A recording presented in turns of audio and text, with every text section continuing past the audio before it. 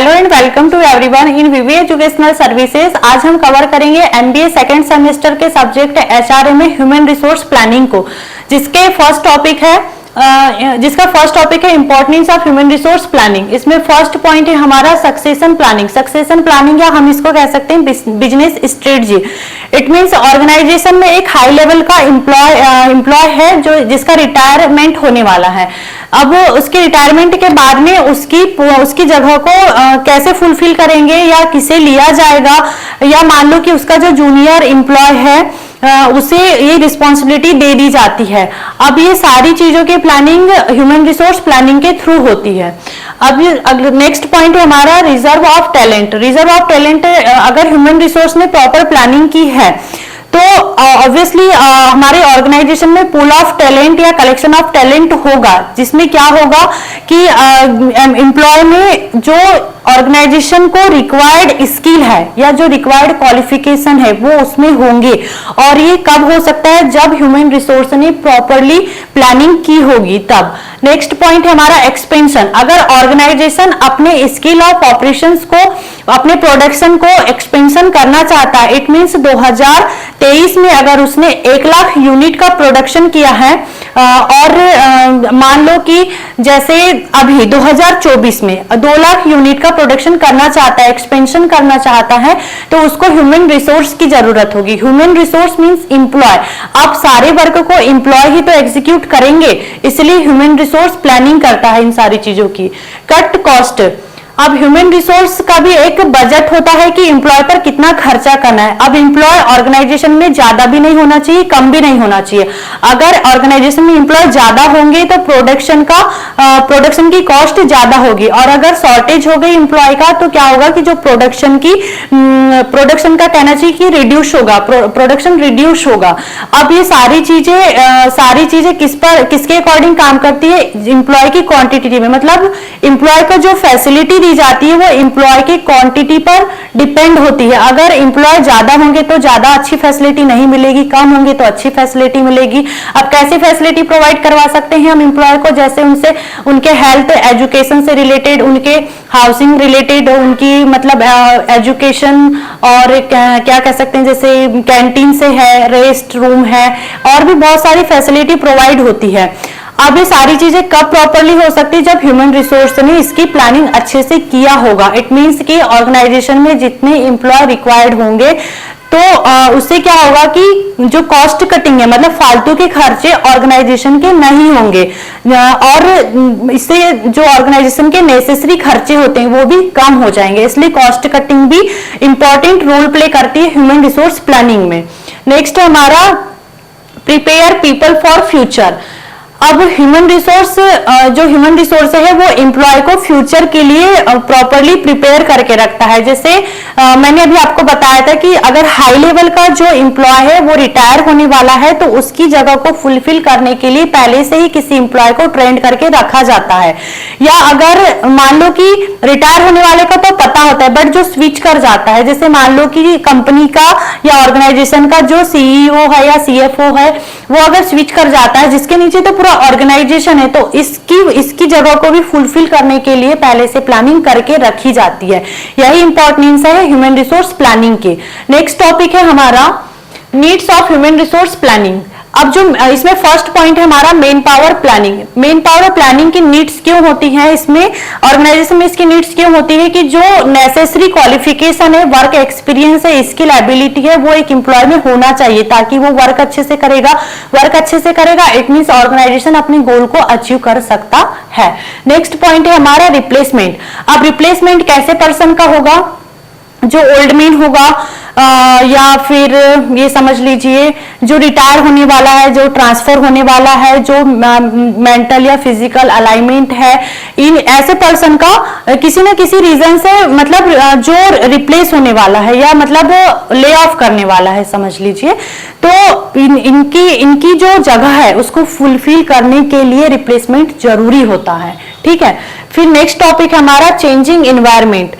Changing environment, अब technology का जमाना है। अब 50 साल पहले जैसे वर्क नहीं होता पेन कॉपी रजिस्टर में लिखकर, कंप्यूटराइज्ड जमाना, टेक्नोलॉजी का जमाना है। तो आज के पर्सन को टेक्नोलॉजी का ज्यादा नॉलेज होगा या 50 साल पहले वाले को, अभी वाले को होगा ना, ऑब्वियसली अभी वाले को ही होगा।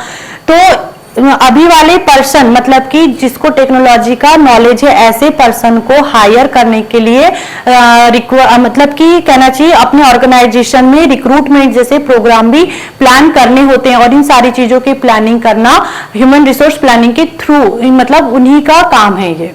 Okay, surplus and shortage personal.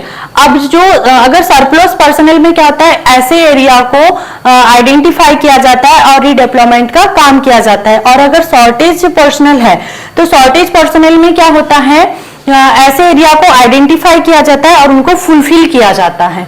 Next topic है हमारा direction of expansion programme.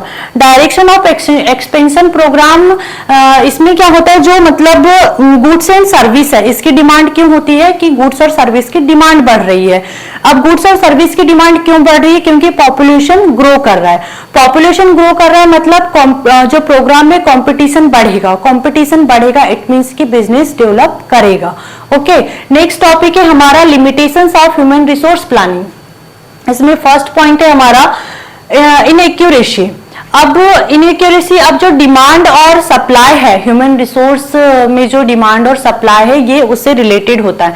It means ये 100% एक्यूरेट नहीं होता है कि आगे मतलब कहना चाहिए जैसे कोविड के टाइम में हुआ था कि ऑर्गेनाइजेशन ने जो प्लानिंग करके रखी थी, क्या वो प्लानिंग एग्जीक्यूट हो पाई, नहीं हो पाई, क्योंकि इसका कोई रिव्यू नहीं होता। ह्यूमन रिसोर्स प्लानिंग जो करता है उसका कोई रिव्यू नहीं होता, ये एक्यूरेट नहीं होती है। कोविड के टाइम में यही हुआ था, ऑर्गेनाइजेशन ने बहुत सारी प्लानिंग करके रखा होगा लेकिन वो एग्जीक्यूट नहीं हो पाई। हम इसको ऐसे कह सकते हैं, एक एडियम है शूट इन द डार्क, कि इसी जो ह्यूमन रिसोर्स प्लानिंग है ना ये उसी पर बेस्ड वर्क करती है। ठीक है, नेक्स्ट टॉपिक है हमारा एम्प्लॉय रेजिस्टेंस, या हम इसको कह सकते हैं एम्प्लॉय अप्रोच। अब ऑर्गेनाइजेशन ने अपने मतलब कुछ काम में वर्क में चेंजेस लेकर आया होगा, क्या हर एम्प्लॉयमेंट उसको मतलब कहना चाहिए कि एक्सेप्ट करना चाहेगा या उसके अपोजिशन में जाता है। इस चीज को आप पहले से डिसाइड नहीं कर सकते कि एम्प्लॉय इस चेंजेस को लेकर के कैसा मतलब कहना चाहिए कि कैसा अपना बिहेव कर सकता है। नेक्स्ट है हमारा lack of top level management. अब जो इतनी जो ह्यूमन रिसोर्स प्लानिंग करता है ये मिडिल लेवल मैनेजमेंट में जो एचआर डिपार्टमेंट है वो करता है। ठीक है, इसमें टॉप लेवल मैनेजमेंट का कहीं से कहीं तक लेना देना नहीं होता है, और ना इसमें सारे वर्क मतलब मिडिल लेवल मैनेजमेंट को खुद करना होता है। और अगर मान लो कि कोई पर्सन अगर इसमें अच्छा नहीं निकला है तब टॉप लेवल मैनेजमेंट ब्लेम जरूर लगाता है, और लेकिन सजेस्ट करने के लिए कभी नहीं आता। इट मींस कि वो कभी ये नहीं बताएगा आपको कि ऑर्गेनाइजेशन में कैसे रूल्स रेगुलेशन पॉलिसी को फॉलो करना है। ठीक है, नेक्स्ट है हमारा अनसर्टेनिटी। अब अनसर्टेनिटी कैसे हो सकती है, जैसे जो एम्प्लॉय है एब्सेंटीज्म हो सकता है, एम्प्लॉय टर्नओवर कर जाता है, टेक्नोलॉजी चेंजेस आ रहे हैं, मार्केटिंग इंस्टेबिलिटी हो रही है, या जो कहना चाहिए कि सीजनेबल एम्प्लॉयमेंट हो रहा है। ये सारी चीजें अगर अनसर्टेनिटी हो, इन सारी चीजों में अगर अनसर्टेनिटी हो रही है तो क्या ह्यूमन रिसोर्स प्लानिंग जो है वो अपनी मतलब प्लानिंग को एग्जीक्यूट कर पाएगा, क्या नहीं कर पाएगा, वो प्लानिंग से प्लानिंग ही रह जाएगी। नेक्स्ट टॉपिक है हमारा टाइम कंज्यूमिंग एंड एक्सपेंसिव। किसी भी चीज को थ्योरेटिकल करना एक्सपेंसिव और टाइम कंज्यूमिंग नहीं होता, लेकिन अगर उसको प्रैक्टिकल किया जाता है तो टाइम कंज्यूमिंग और एक्सपेंसिव होता है। अब ह्यूमन रिसोर्स प्लानिंग में भी जो हम डाटा कलेक्शन करते हैं, फॉरकास्टिंग करते हैं, प्लानिंग करते हैं, वो भी टाइम एंड मनी का इन्वेस्टमेंट मांगती है। यही इसकी सारी लिमिटेशंस थी। नेक्स्ट टॉपिक है हमारा nature of human resource planning. इसमें फर्स्ट पॉइंट है हमारा concerning to need.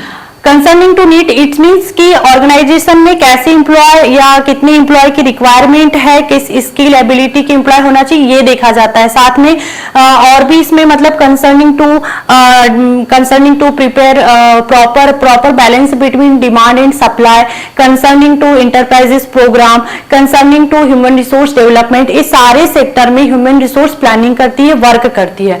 Next topic है हमारा एम्प्लॉयमेंट अनएम्प्लॉयमेंट सिचुएशन। जनरली हमारी कंट्री में एजुकेशन पर्सन बहुत है लेकिन एम्प्लॉयमेंट बहुत कम है, बिकॉज क्वालिफिकेशंस तो है लेकिन स्किल नहीं है। अब क्वालिफिकेशंस के साथ में स्किल भी होना चाहिए, तभी तो ऑर्गेनाइजेशन में ग्रो कर पाएगा और वो ऑर्गेनाइजेशन अपने ऑब्जेक्टिव को अचीव कर पाएगा। नेक्स्ट हमारा टेक्नोलॉजिकल चेंजेस। अब देखो न्यू मशीन आ गई है, न्यू प्रोडक्शन टेक्नोलॉजी आ गई है, न्यू मतलब टेक्नोलॉजी है, जो मतलब बहुत सारा डेवलपमेंट हो रहा है टेक्नोलॉजी के सेक्टर में। तो इससे जो है मतलब कहना चाहिए जो बिजनेस इन्वायरमेंट पे बहुत इफेक्ट पड़ा है, सबसे ज्यादा जॉब पर इफेक्ट पड़ रहा है। जॉब पर इफेक्ट पड़ रहा है मतलब कहना चाहिए कि बहुत सारी चीजें हैं जो आज का पर्सन कर पा रहा है लेकिन पहले का जो पर्सन है वो नहीं कर पाता। तो ये जो पहले का एम्प्लॉय है उसके लिए कॉम्प्लिकेटेड टास्क है। नेक्स्ट है हमारा ऑर्गेनाइजेशनल चेंजेस। ऑर्गेनाइजेशनल चेंजेस में क्या होता है, जो सप्लाई है, कभी कभी क्या होता है कि मार्केट में सप्लाई कम हो जाती है, कभी ज्यादा हो जाती है, डिमांड कभी कम हो जाती है, कभी ज्यादा हो जाती है। इन सारी चीजों को ध्यान में रख करके ह्यूमन रिसोर्स की प्लानिंग की जाती है। नेक्स्ट है हमारा डेमोग्राफिक चेंजेस। डेमोग्राफिक चेंजेस जैसे वर्कफोर्स में एज है, जेंडर है या लिटरेसी है, टेक्निकल इनपुट है, सोशल बैकग्राउंड, इन सारी चीजों का इम्प्लीकेशन किया जा रहा है। इट मींस लिटरेसी तो बहुत है लेकिन एम्प्लॉयमेंट नहीं है, क्योंकि जो कैंडिडेट है उससे क्वालिफिकेशंस तो निकल के आ रहा है लेकिन साथ में स्किल निकल के नहीं आ रही है। क्वालिफिकेशन के साथ में स्किल को निकाल के लेकर के आना ही अच्छी प्लानिंग की निशानी होती है। लास्ट हमारा स्किल शॉर्टेज। अब देखो ऑर्गेनाइजेशन में बहुत सारे एम्प्लॉय हैं लेकिन बहुत सारे एम्प्लॉय तो है, अब उनको वर्क तो आता होगा, ऐसा तो नहीं कि कुछ नहीं आता होगा, तभी तो वर्क आता है, तभी तो हायर किया गया। लेकिन जो हमारे ऑर्गेनाइजेशन का गोल है उसको अचीव करने के लिए क्या एबिलिटी चाहिए, क्या स्किल चाहिए, इसको ध्यान में रख करके प्लानिंग की जाती है यहाँ पर। और हर मतलब ऑर्गेनाइजेशन के गोल को अचीव करने के लिए क्या स्किल एबिलिटी होना चाहिए, इसका शॉर्टेज एम्प्लॉय में होता है। यहाँ इसी चीज को बताया गया है। आई होप आपको क्लियर हुआ होगा। Thank you for watching this video.